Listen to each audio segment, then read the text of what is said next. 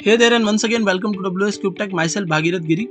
और इस वीडियो में हम लोग डिटेल डिस्कशन करने वाले हैं full stack web development road map के बारे में। तो मैं वो सारे क्वेश्चंस जो आपके माइंड में आते रहते हैं उनको आंसर करने वाला हूँ। साथ ही साथ आपको ये बताने वाला हूँ कि किस अप्रोच से आपको full stack web development course को पढ़ना चाहिए सो दैट कि आप अपने वेब डेवलपमेंट करियर को एक बहुत अच्छे लेवल पे ले जा सके।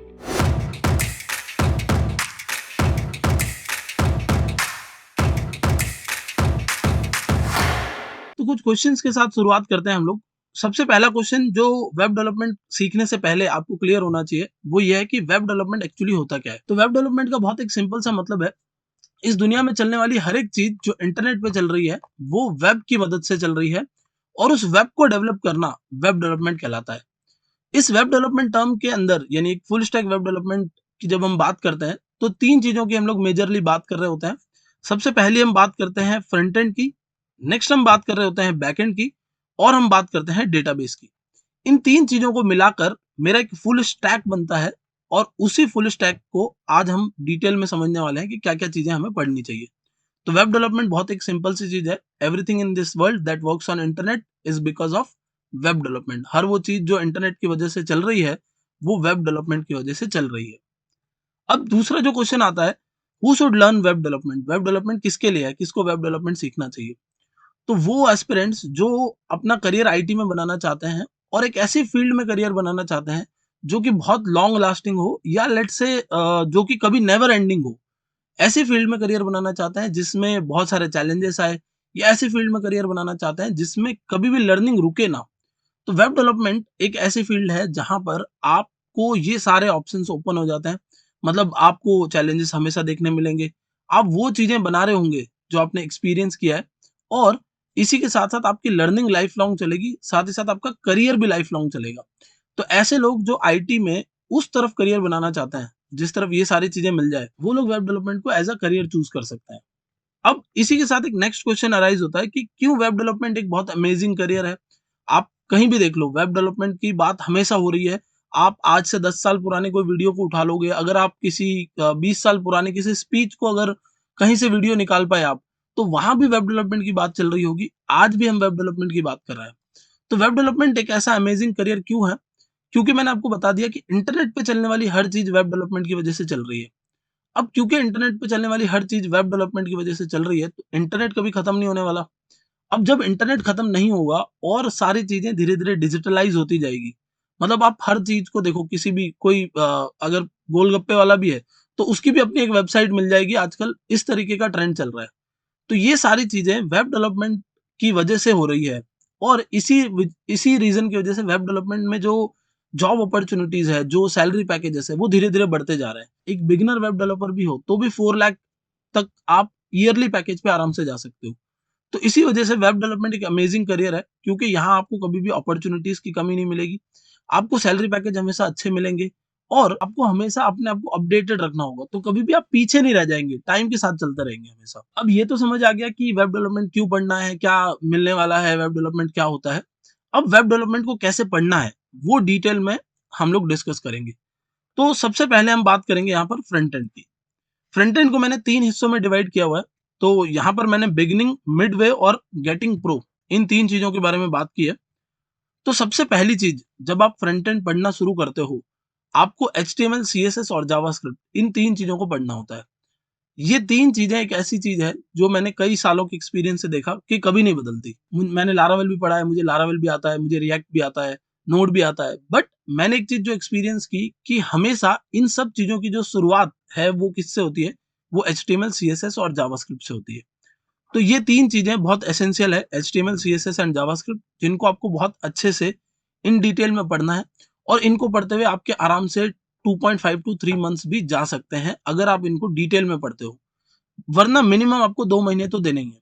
अब ये रोड मैप 2 तरीके से आपके लिए काम कर सकता है। लेट्स से आप बहुत क्विक एक जॉब पाना चाह रहे हो, तो उस केस में मैं आपको मिनिमलिस्टिक टाइम भी बताऊंगा। आप चाह रहे हो कि मैं नॉलेज अच्छे से गेन कर लूं, क्योंकि अभी मैं कॉलेज स्टूडेंट हूं, मैं साथ साथ में वेब डेवलपमेंट को बस एज अ करियर चूज करना चाहता हूं फ्यूचर में, बट अभी तो मेरी कॉलेज चल रही है। तो तब आप उन चीजों को डीप में भी पढ़ सकते हैं। तो दोनों तरीके के लोग, जो कॉलेज स्टूडेंट हैं या जो आज करंटली जॉब देख रहे हैं, उनके लिए भी ये road map as it is काम करेगा। बस थोड़ा सा टाइम जो है वो चेंज रहेगा। तो मैं जब 2 से 3 महीने बोल रहा हूँ, तो इसका मतलब मैं ये बोल रहा हूँ कि 2 महीने उनके लिए जो थोड़ा-सा क्विकली पढ़ना चाहते हैं, बट 3 महीने उनके लिए जो इसको इन डेप्थ पढ़ना चाहते हैं। तो एचटीएमएल, सीएसएस और जावास्क्रिप्ट, इन 3 चीज़ों को पढ़ते हुए एटलीस्ट आप इन सबको मिलाकर, मतलब छोटे से बड़े प्रोजेक्ट्स की बात कर लें, या हम कुछ छोटे-मोटे डमी प्रोजेक्ट्स की बात कर लें, हम किसी एक्चुअल वेबसाइट का क्लोन करने की बात कर लें, जैसे आपने फ्लिपकार्ट उठा के क्लोन कर दिया, आपने मिंत्रा की वेबसाइट उठा के उसका क्लोन कर दिया, आपने स्विगी का क्लोन कर दिया, या आपने अपना पोर्टफोलियो बनाया। तो जब आप एचटीएमएल, सीएसएस, जावास्क्रिप्ट पढ़ रहे हैं, तो प्रोजेक्ट लेवल पे आपको कम से कम 10 प्रोजेक्ट्स तो बनाने ही चाहिए। 10 प्रोजेक्ट्स में मैं छोटे से बड़े हर तरीके की प्रोजेक्ट की बात करूँगा। मतलब मैं जावास्क्रिप्ट में छोटे वेदर ऐप की भी बात कर रहा हूँ, मैं नोट्स ऐप की भी बात कर रहा हूँ, कैलकुलेटर की भी बात कर रहा हूँ। एंड बड़े लेवल पे अगर हम जाते हैं, तो मैं ये भी बात करूँगा कि कैसे आप किसी वेबसाइट के अंदर एक पूरी जो वेबसाइट बना रहे हो, उसमें स्लाइडर्स कैसे लगाओगे, उसमें रियल टाइम इफेक्ट्स कैसे लगाओगे। तो एचटीएमएल, सीएसएस और जावास्क्रिप्ट, ये 3 चीज़ें हैं जो आपके लिए काम करेगी। अब ये तो हमने समझ लिया कि ये 3 चीज़ें हमें पढ़नी है, बट एचटीएमएल कब काम आएगी? तो लेट्स से आप अपनी वेबसाइट बना रहे हो, और उस वेबसाइट का जो स्ट्रक्चर आपको बनाना है, मतलब वेबसाइट का एक तरीके से स्केलेटन जो आप बनाओगे, वो आप एचटीएमएल की हेल्प से बनाओगे। तो जैसे समझ लो, आप अपनी बॉडी को ही कंसीडर कर लो। आपकी बॉडी में आपकी बॉडी का जो शेप है पूरा, वो किसकी वजह से है? आपके स्केलेटन की वजह से है।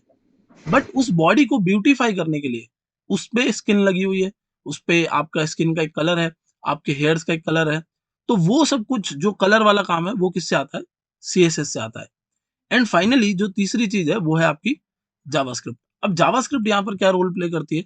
जावास्क्रिप्ट इंटरेक्शंस लगाती है। मतलब आप किसी वेबसाइट पर कहीं क्लिक करते हो, और कुछ पॉपअप खुल गया, आपने किसी वेबसाइट पर क्लिक किया, और कोई स्लाइडर चल रहा है, या फिर आपने कोई फॉर्म फिल करने से पहले सबमिट किया, और आपने कोई फील्ड में कुछ एंट्री नहीं की है, तो उसने आपको एक नोटिफिकेशन दिखा दिया कि आपको ये फॉर्म फिल करना, या इस पर्टिकुलर फील्ड में डेटा डालना मैंडेटरी है। ये सारी चीजें जो है, वो जावास्क्रिप्ट कंट्रोल करता है। तो एचटीएमएल, सीएसएस और जावास्क्रिप्ट, ये तीनों मिलाकर आपके बिगिनिंग वाला पार्ट कवर कर देते हैं, जिससे आपका बेस बहुत स्ट्रांग हो जाता है। जब आपका बेस स्ट्रांग हो गया, यानी आपने फ्रंट एंड के अंदर पहली चीज एचटीएमएल, सीएसएस और जावास्क्रिप्ट इसको अच्छे से कवर कर लिया है, तब बारी आती है कि आप थोड़ा-सा नेक्स्ट आगे चलें और मिडवे पर आ जाएँ। मिडवे में अब हम क्या डिस्कस करेंगे कि मिडवे में हमें, जो हमने एचटीएमएल, सीएसएस और जावास्क्रिप्ट पढ़े थे, उन तीनों के अंदर हम थोड़ा-सा एडवांस जाएँगे, और हम बूटस्ट्रैप को और टेलविन सीएसएस को पढ़ेंगे। तो बूटस्ट्रैप और टेलविन सीएसएस, ये दोनों आपके सीएसएस के फ्रेमवर्क्स हैं। मतलब सीएसएस का ही कुछ बना-बनाया कोड है, जो आपको सीधा मिल जाता है, आप एज़ इट इज़ यूज़ करते हो और आपका काम हो गया। तो मान लेते हैं कि जो काम करने में आपको सीएसएस की मदद से, प्योर सीएसएस की मदद से 100 लाइन लिखनी पड़ती, या 100 लाइन्स का कोड था, वो यहाँ रिड्यूस होके आपका लेट्स से 10 लाइन में हो गया। क्योंकि बूटस्ट्रैप और टेलविन सीएसएस, सीएसएस के फ्रेमवर्क्स हैं, यानी बना बनाया कोड। काम करने का एक तरीका है, जो किसी ने पहले से बता रखा है, आप एज़ इट इज़ यूज़ करो और आपका काम हो जाएगा। तो ये चीज़ें दोनों आपको यहाँ पर कवर कर लेनी चाहिए, और जब आप बूटस्ट्रैप और टेलविन सीएसएस पढ़ रहे हो, तब आपको इनके साथ-साथ 3-4 और प्रोजेक्ट्स बनाने चाहिए। काफ़ी लोग ये सजेस्ट करते हैं, काफ़ी बार हमें ऐसा लगता है कि हम इन चीज़ों को इग्नोर कर दें, जो फ्रेमवर्क्स और लाइब्रेरीज़ हैं उनको, बट आपको इनको इग्नोर नहीं करना है। इग्नोर ना करने का रीज़न इसलिए है, क्योंकि जब आप फ्रंट एंड को पढ़ रहे हो, तो एटलीस्ट फ्रंट एंड आप पूरा कवर कर लो, और फ्रंट एंड में हम बूटस्ट्रैप और टेलविन सीएसएस को कभी भी इग्नोर नहीं कर सकते। आप दोनों ही सीख लो, दोनों ही इक्वली आपके कहीं न कहीं काम आएगी। फिर नेक्स्ट हमारे पास जो ऑप्शन है, वो है जेक्वेरी। अब जेक्वेरी को मैंने थोड़ा-सा लाइट कलर में इसलिए रखा हुआ है, क्योंकि जेक्वेरी बहुत एक आउटडेटेड सा टर्म साउंड होता है, लेकिन जेक्वेरी को आपको थोड़ा-सा पढ़ लेना चाहिए, ताकि जावास्क्रिप्ट के ऊपर एक छोटी-सी लाइब्रेरी कैसे बनी हुई है, उसका आपको थोड़ा एक आइडिया लग जाए। मतलब आपको बस ये पता चल जाए कि ये जो लाइब्रेरी है, उसका काम क्या है। मतलब जावास्क्रिप्ट का कोड तो ऑलरेडी था ही, तो एक लाइब्रेरी बनाई क्यों जाती है? जेक्वेरी एक बहुत लाइट वेट एक ऐसी लाइब्रेरी है, जिससे आपको इस चीज़ का आइडिया लग जाता है, और साथ ही साथ कुछ छोटे लैंडिंग पेजेस अगर आपको बनाने हैं, या कोई सिंगल पेज आपको बनाना है, और वहाँ आपको कुछ स्लाइडर्स या कुछ पॉपअप्स या कुछ वैलिडेशंस लगाने हैं, या कुछ विजेट्स लगाने हैं, तो वहाँ जेक्वेरी आपको हेल्प कर सकता है, क्योंकि जेक्वेरी में आप प्लगइन्स की बात करते हैं, ठीक है? प्लगइन्स मतलब ऐसा बना-बनाया कोड, जो आप अपने वेब पेज पर लगाएँगे और गुड टू गो। मतलब वो कोड किसी ने बना रखा है ऑलरेडी। वो लेट्स से 1000 लाइन का भी कोड है, तो आपको नहीं लिखना, ना उसका लॉजिक आपको बनाना, ना उतनी आपको एक्सपर्टीज़ चाहिए, वो किसी ने ऑलरेडी बना रखा है। आप तो सिंपली उसको प्लग इन करो, यानी लगाओ, और आपका काम हो गया। तो मिडवे में आप अपने बूटस्ट्रैप, टेलविन, सीएसएस को कवर कर सकते हो एंड जेक्वेरी मैं आपको सजेस्ट करूंगा, इनकेस आप छोड़ना चाहो तो छोड़ भी सकते हो। जब ये आपने कवर कर लिया तो यहाँ तक एक्सपेक्टेड है कि आपने एटलीस्ट इनको कवर करते हुए 3 महीने या 3.5 महीने दे दिए हैं, मतलब 3.5 मंथ्स आपके निकल चुके हैं और इतने टाइम के अंदर आपने अच्छे खासे प्रोजेक्ट्स भी बना लिए। अब जब आपने ये सारा मिलाकर अराउंड नॉट 3.5 मंथ्स, मैं बात कर रहा हूँ 2 से 3 महीनों के अंदर जब आपने ये सारा चीजें कवर कर ली है, तब आप अगर यहीं से प्रो लेवल की तरफ जाना चाहते हो, मतलब आपने तो एक चीज डिसाइड कर ली है कि मैं तो पूरा फुल स्टैक पढ़ने वाला हूँ, मतलब मुझे फुल स्टैक डेवलपर ही बनना है, तो मैं ये सजेस्ट करता हूँ कि आप साथ ही साथ रिएक्ट या एंगुलर दोनों में से किसी एक को भी चूज कर सकते हैं। ये रोड मैप जो मैं अभी आपको बता रहा हूँ, वो रोड मैप मैं आपको करंट सिनेरियो के अकॉर्डिंग बता रहा हूँ। करंट सिनेरियो के अकॉर्डिंग अगर आप बात करेंगे तो रिएक्ट की सबसे ज्यादा डिमांड है, तो रिएक्ट को अभी इसके साथ साथ सीख लेना एक फायदेमंद बात है, एक फायदेमंद चीज है। क्यों? क्योंकि आप फ्रंट एंड अभी सीख रहे हो, मतलब अभी आपने फ्रेश एचटीएमएल सीएसएस सीखा, जावास्क्रिप्ट सीखी, जावास्क्रिप्ट की आपने अच्छी नॉलेज ली और अब आप रिएक्ट जेएस सीखने के लिए अगर आते हो तो फ्रंट एंड से आप बहुत ही फ्रेशली फैमिलियर हो एंड फ्रंट एंड के एक पूरे फ्लो में आप चल रहे हो, तो आपने साथ साथ में रिएक्ट को भी सीख लिया। अगर रिएक्ट को आप सीख रहे हो तो रिएक्ट को आपको इन डिटेल सीखना है, मतलब रिएक्ट जैसे एक ऐसी चीज है जो आपको बहुत एक अच्छी जॉब दिला सकती है एज अ फ्रेशर भी। तो रिएक्ट को अगर इन डिटेल सीखने के लिए आपको ये जानना है कि रिएक्ट में क्या क्या चीजें कैसे फॉलो करनी चाहिए, तो रिएक्ट जेएस का एक डिटेल रोड मैप मैंने ऑलरेडी बना रखा है, आप उस वीडियो को भी जाके चेकआउट कर सकते हो। और इनमें से ऊपर ये जो सारी चीजें मैंने बताई, उनमें से आप कुछ भी और सीखना चाहते हो तो उनके भी डेडिकेटेड वीडियोस, एचटीएमएल के, सीएसएस के, जावास्क्रिप्ट के, कुछ dummy projects, bootstrap, Tailwind, jQuery, ये सारे डेडिकेटेड वीडियोस हमारे चैनल पे आपको मिल जाएंगे जो आप चेकआउट कर सकते हो। तो एटलीस्ट आपको यहाँ तक जब आपने फ्रंट एंड कवर किया है तो फ्रंट एंड में ही आप आराम से 4 महीने अपने दे सकते हो, जिसमें मैं रिएक्ट जेएस को भी ऑलरेडी इंक्लूड कर चुका हूँ। बट रिएक्ट पे आने से पहले आपको एक चीज और मेक श्योर कर लेनी है कि जावास्क्रिप्ट थोड़ी सी आपकी स्ट्रांग हो, तो आप रिएक्ट जेएस को भी एक साथ में सीख लेंगे और इस तरीके से आपका फ्रंट एंड कंप्लीट हो जाएगा। फ्रंट एंड में मैं यहाँ पर एक और चीज एक्सपेक्ट करता हूँ कि जब आप फ्रंट एंड बना रहे हो तब आपने एटलीस्ट रिएक्ट को, एचटीएमएल को, सीएसएस को, बूटस्ट्रैप को, सबको मिला के 20 प्रोजेक्ट्स बना लियो, छोटे से बड़े चाहे किसी भी लेवल के, वो 20 प्रोजेक्ट्स आप कवर कर लो ताकि आपको फ्रंट एंड का एक बहुत अच्छा आइडिया लग जाए। क्योंकि एक सिंपल सा फ्रेज है कि कोई भी बैकएंड डेवलपर बिना फ्रंट एंड डेवलपर बने बैकएंड डेवलपर नहीं बन सकता, क्योंकि वो उस तरीके से उतना इमेजिन ही नहीं कर सकता या उसको उतना आइडिया ही नहीं है कि वो कैसे अपनी एपीआईज को फ्रंट एंड में इंटीग्रेट करेगा, या लेट से अगर उसी को खुद को फ्रंट एंड का भी कोई छोटा मोटा काम करना पड़ गया तो वो बिल्कुल फंस जाएगा। तो बेटर इज कि क्योंकि आपने डिसाइड कर लिया कि मैं फुल स्टैक वेब डेवलपर बनने वाला हूँ, तो फ्रंट एंड को कवर करना इज मोस्ट एसेंशियल। उसके बाद आप जा सकते हो बैकएंड की तरफ। अब जब बात आती है बैकएंड की, तो बैकएंड में बहुत सारे ऑप्शंस खुल जाते हैं। फ्रंट एंड बहुत सुलझी हुई चीज है, बहुत ही सिंप्लीफाइड ऑप्शंस हैं कि आप ऑप्शंस तो कुछ है ही नहीं, स्टेप्स हैं कि ये भी पढ़ना है, ये भी पढ़ना है, ये भी पढ़ना है, एचटीएमएल सीएसएस जावास्क्रिप्ट सब पढ़नी है, बूटस्ट्रैप टेलविन भी पढ़ लो, रिएक्ट पढ़ लो। ये फ्रंट एंड बहुत सिंप्लीफाइड है। बट जब बैकएंड की बात करते हैं तो बैकएंड में आपके पास ऑप्शंस आ जाते हैं। ऑप्शंस का मतलब है कि जैसे आप नोड जेएस को पढ़ सकते हो, या आप पीएचपी को पढ़ सकते हो, या आप जावा को पढ़ सकते हो।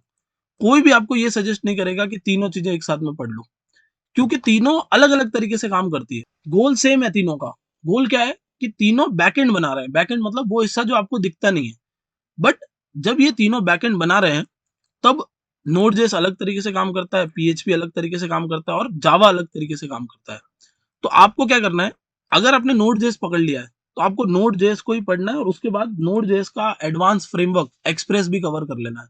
तो नोड एंड एक्सप्रेस ये दोनों आपने पढ़ लिया, रिएक्ट आप पढ़ चुके हैं, तो इसका मतलब आप एक मर्न स्टैक डेवलपर बनने जा रहे हैं। फुल स्टैक वेब डेवलपमेंट की अगर हम बात कर रहे हैं तो इवन अगर आप पीएचपी चूज करते हैं एज अ बैकएंड, तो पीएचपी चूज करके आप लारावेल पे जा सकते हैं और लारावेल को पढ़ सकते हैं।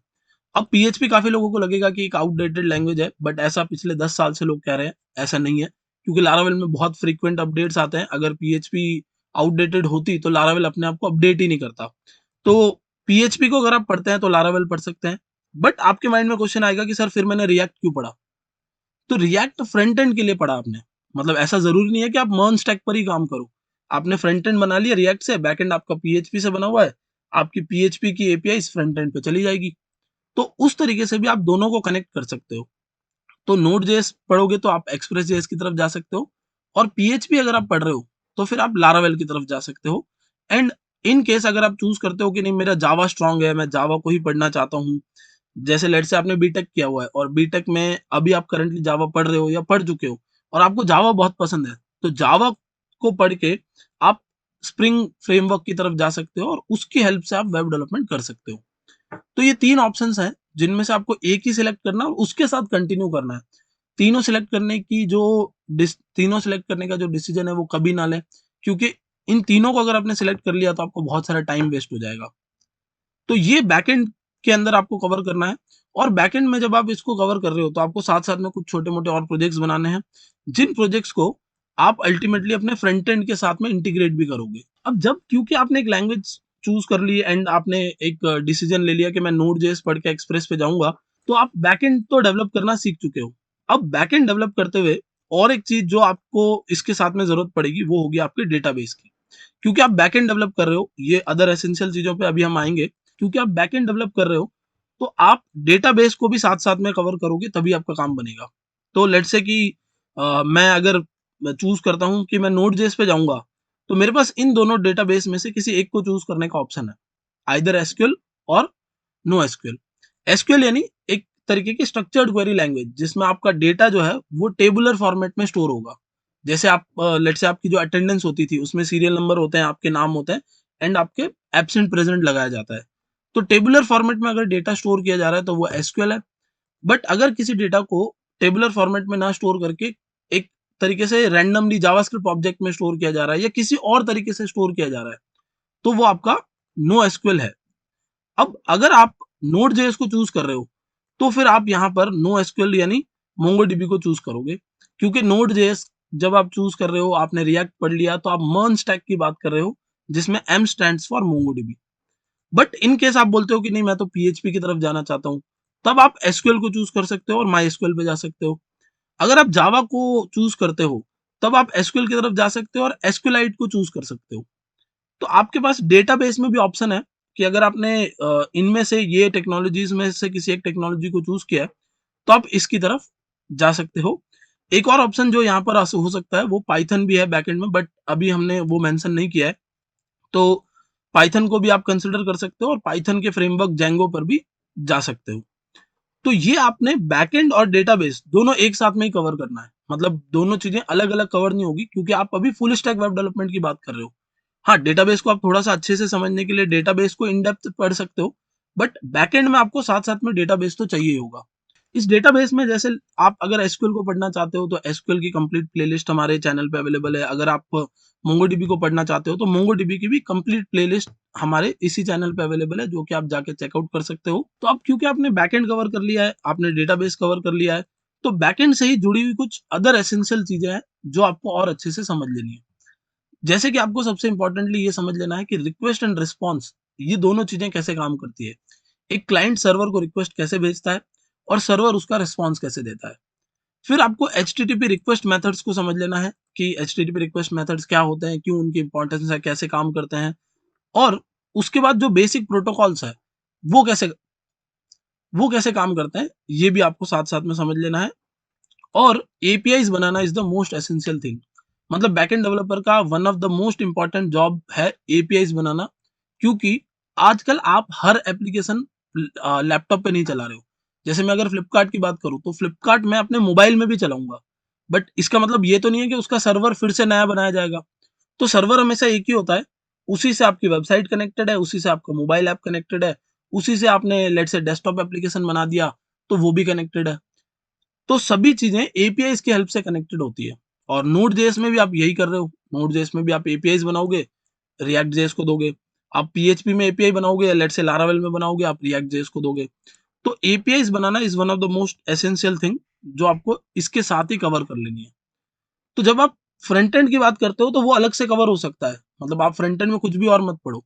बट जब आप बैक एंड की बात करते हो तो बैक एंड एंड डेटाबेस, इन दोनों चीजों को एक साथ में कवर करना चाहिए। बेटर इज कि हम डेटाबेस को भी बैक एंड के अंदर ही डाल दें। हाँ, बैक एंड अपने आप में एक अलग पूरा आप कह सकते हो एक तरीके का डोमेन है, आप बैक एंड को और थोड़ा सा डीप में भी पढ़ सकते हो।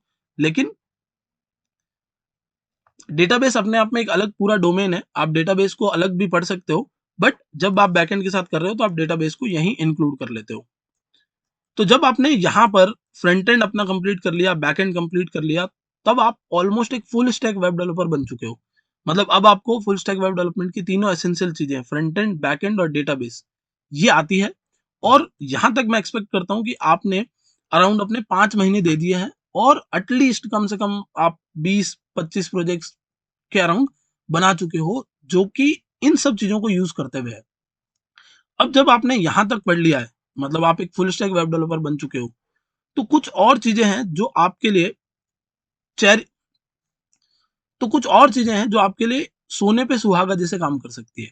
वो क्या चीजें हैं कि आप साथ साथ में गिट और गिटहब को पढ़ लो। गिट और गिटहब आपके लिए एक तरीके से कोड को शेयर करने का एक ऑप्शन हो जाता है। मतलब आप लेट से 10 जने मिलकर एक प्रोजेक्ट पे काम कर रहे हो, तो वो 10 के 10 जने एक ही पर्टिकुलर कोड को कैसे एक्सेस करेंगे, वो गिट और गिटहब से कवर हो जाता है, जिसका एक डिटेल वीडियो और जिसकी एक प्लेलिस्ट भी हमारे चैनल पे अवेलेबल है। आप वो भी चेकआउट कर सकते हो। एंड साथ ही साथ मैं ये सजेस्ट करूंगा कि आप लिनक्स ऑपरेटिंग सिस्टम को भी पढ़ सकते हो।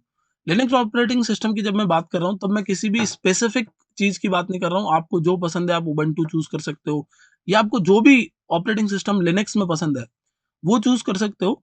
लिनक्स यहाँ पर मैं इसलिए बात कर रहा हूँ क्योंकि लिनक्स में आप कमांड लाइन इंटरफेस से बहुत फेमिलियर हो जाते हो, तो लिनक्स को भी आप पढ़ सकते हो।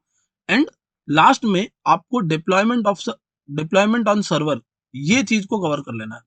डिप्लॉयमेंट का मतलब ये है कि ये जो वेबसाइट्स मैंने बनाई, ये तो मैंने अपने लैपटॉप से बनाई। ये वेबसाइट सारी मेरे लैपटॉप में है, बट मेरे किसी को रिश्तेदार को मुझे दिखानी है, या लेट्स से मुझे दुनिया को दिखानी है कि wscubetech.com नाम से मैंने एक वेबसाइट बनाई है। वो वेबसाइट दो लोग देखेंगे कैसे, तो उसको मुझे क्या करना पड़ेगा, सर्वर पे डिप्लॉय करना पड़ेगा। मतलब वो मेरे लैपटॉप में रख के कोई फायदा नहीं उसका। तो ये आपका डिप्लॉयमेंट ऑन सर्वर है। जब आप इतनी चीजें पढ़ लेते हो, मतलब आपने फ्रंट एंड कवर कर लिया, आपने बैक एंड कवर कर लिया, आपने बैक एंड में डेटाबेस कवर कर लिया, और आपने जो गिट है उसको सीख लिया, लिनक्स को सीख लिया, डिप्लॉयमेंट को सीख लिया, इन चीजों को बहुत इन डेप्थ जाने की नीड नहीं है। जो बेसिक्स है इनके, एटलीस्ट वो सीख के आप रेडी हो जाते हो नेक्स्ट स्टेप के लिए। नेक्स्ट स्टेप क्या है? नेक्स्ट स्टेप में आप या तो जॉब पे जा सकते हो या इंटर्नशिप पे जा सकते हो, जो भी आपको पहले मिल जाती है। लेट से आप इंटर्नशिप पे जा रहे हो या जॉब पे जा रहे हो, तो उससे आपको एक अच्छा खासा एक्सपीरियंस मिलता है।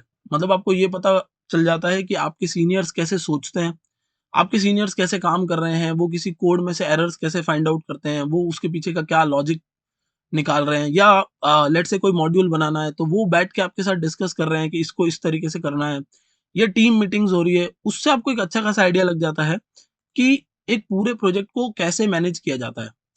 उसके बाद आप फ्रीलांसिंग पर जा सकते हो। मोस्टली लोग ये सोचते हैं कि क्योंकि सर अब तो मैंने फुल स्टैक पढ़ लिया है, तो अब मैं फ्रीलांसिंग कर लूंगा, अब मैं प्रोजेक्ट्स उठाऊंगा मार्केट से और मैं उनके लिए काम करूंगा। बट ये आपको नहीं करना है। फ्रीलांसिंग वाले स्टेप पे आप तभी जाओ जब आपने एटलीस्ट 1 साल तो जॉब कर ली हो। उससे आप जो फ्रीलांसिंग में जो आउटकम आप दे रहे होगे, वो अनमैचेबल होगा, क्योंकि आपको पता है कि इंडस्ट्री लेवल पे काम कैसे होता है। तो जो क्लाइंट आपको एक प्रोजेक्ट दे रहा है, लेट से वो आपसे आप उससे 50,000 चार्ज कर रहे हो और एक कंपनी 1 लाख चार्ज करती है, तो वो जो डिफरेंस है, वो डिफरेंस क्यों है? क्योंकि फ्रीलांसर उस लेवल पे या तो ट्रेन नहीं है, तो एक फ्रेशर फ्रीलांसर कभी नहीं बनना है, एक्सपीरियंस फ्रीलांसर आपको बनना है। तो फ्रीलांसिंग भी एक अच्छा ऑप्शन है, बट वो जॉब और इंटर्नशिप के बाद ही आप जाएं तो बेटर है।